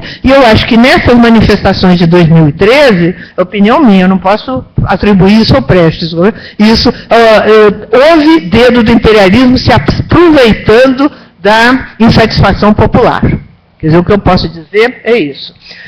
Quanto à questão aí da eleição do Bolsonaro, eu acho que é um perigo muito sério que está existindo. E nesse momento, me parece que é muito importante, vocês vejam, grande parte das pessoas, né, populares, enfim, que estão apoiando o Bolsonaro, convenhamos que são pessoas pouco esclarecidas, desinformadas. Quer dizer, não pode dizer que a maioria dos eleitores do Bolsonaro são fascistas, de jeito nenhum. Quer dizer, são pessoas desinformadas que estão profundamente insatisfeitas com a situação, com razão, e estão insatisfeitas também com os políticos e com a política. E tem toda a razão para estar insatisfeitos. Então, querem ordem e têm a ilusão, dentro da sua desinformação, que com o Bolsonaro vão ter ordem. A gente que já viveu a ditadura militar sabe o que é que leva essa ordem, qual é a tragédia disso. Mas grande parte da nova geração não sabe disso. Inclusive tem muito jovem, né, sendo, né, isso impressionado pelo discurso fascista do Bolsonaro. Então, acho que é necessário as pessoas que têm compreensão se mobilizar, né, para derrotar o Bolsonaro. Eu acho que isso é muito importante no momento. E eu, sinceramente falando, não vejo outro caminho a não ser votar no Haddad nesse momento. Como eu já disse aqui, não estou fazendo campanha eleitoral, mas eu sou muito crítica ao PT, muito crítica aos governos do PT. Mas nesse momento, é que nem lá no início dos anos 40, os comunistas, o Prestes, né, apoiando Getúlio para derrotar o nazifascismo. Acho que nesse momento temos que apoiar o Haddad, que é o candidato possível para derrotar o fascismo. Porque vocês vejam, a direita, o Globo, é muito sintomático o que o Globo escreve. Né? O Globo está agora percebendo, né, que eu acho que o grande capital não tem muito interesse no Bolsonaro, porque o Bolsonaro é muito ignorante, é muito incompetente, né? Tem um discurso... gente. Tem um discurso assim muito violento. Então, para o grande capital, seria mais interessante o Alckmin ou o Ciro Flamanã. Então, estão vendo que o Alckmin... o Ciro Gomes eu acho que para o grande capital o interessante seria o Meirelles, que é um banqueiro, é o nome deles, ou o Alckmin. Só que esses não têm voto, não estão conseguindo, né? Porque também o grande capital não quer dar um golpe aqui no Brasil. Claro que em última instância podem partir para um golpe, isso não está descartado. Inclusive tem declarações de militares aí ultimamente, inclusive do comandante do Exército, dizendo isso, que a situação ficar incontrolável, os militares vão intervir. Disse claramente isso, há 2 semanas atrás, o general Vilas Boas. Então, esse perigo também existe. Mas eles preferem sempre manter essa legalidade porque causa menos barulho internacionalmente, né? Enfim, é mais tranquilo para eles. Eles evitam, né, criar situações extremamente assim, convulsivas, né? Convulsionadas, de grandes confrontos. Então, nesse momento, pelo Globo, eu pelo menos percebo que visto que não tem chance de eleger o Alckmin e o Meirelles, estão apostando em quê? No Ciro Gomes. E o Ciro Gomes eu acho que vai dividir. Me parece que é isso, é uma divisão. O mais importante nesse momento, que tem mais chance, devido à influência do Lula, a estrutura que ainda tem o PT, o Ciro Gomes não tem estrutura partidária nenhuma. Com licença.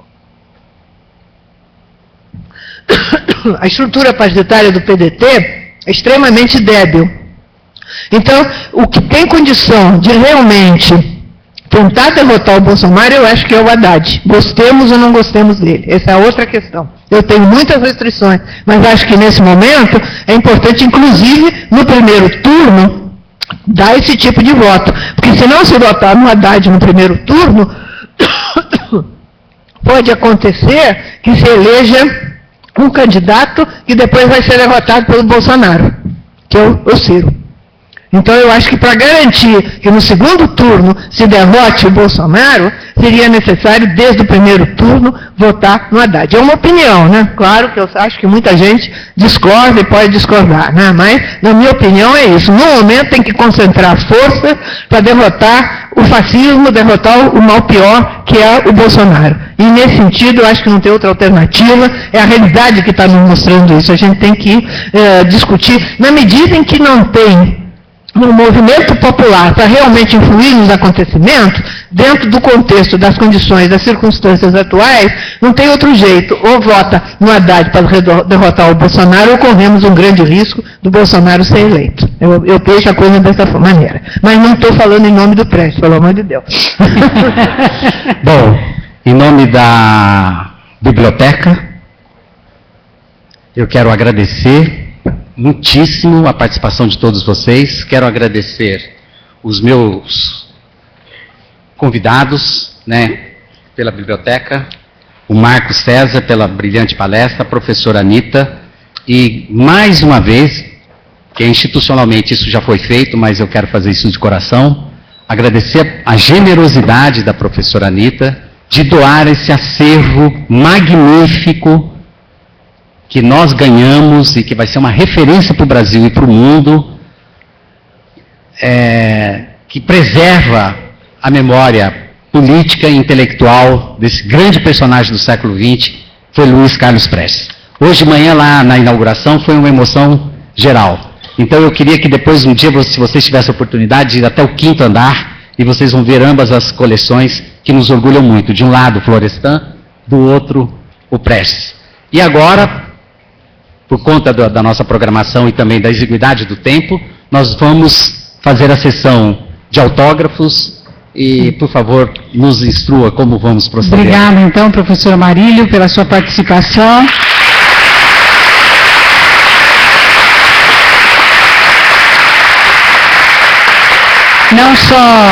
Não só a Biblioteca Comunitária, mas a Universidade Federal de São Carlos hoje tem esse grande orgulho de ter passado esse dia com a professora Anita, professor Marcos e todos que a acompanham.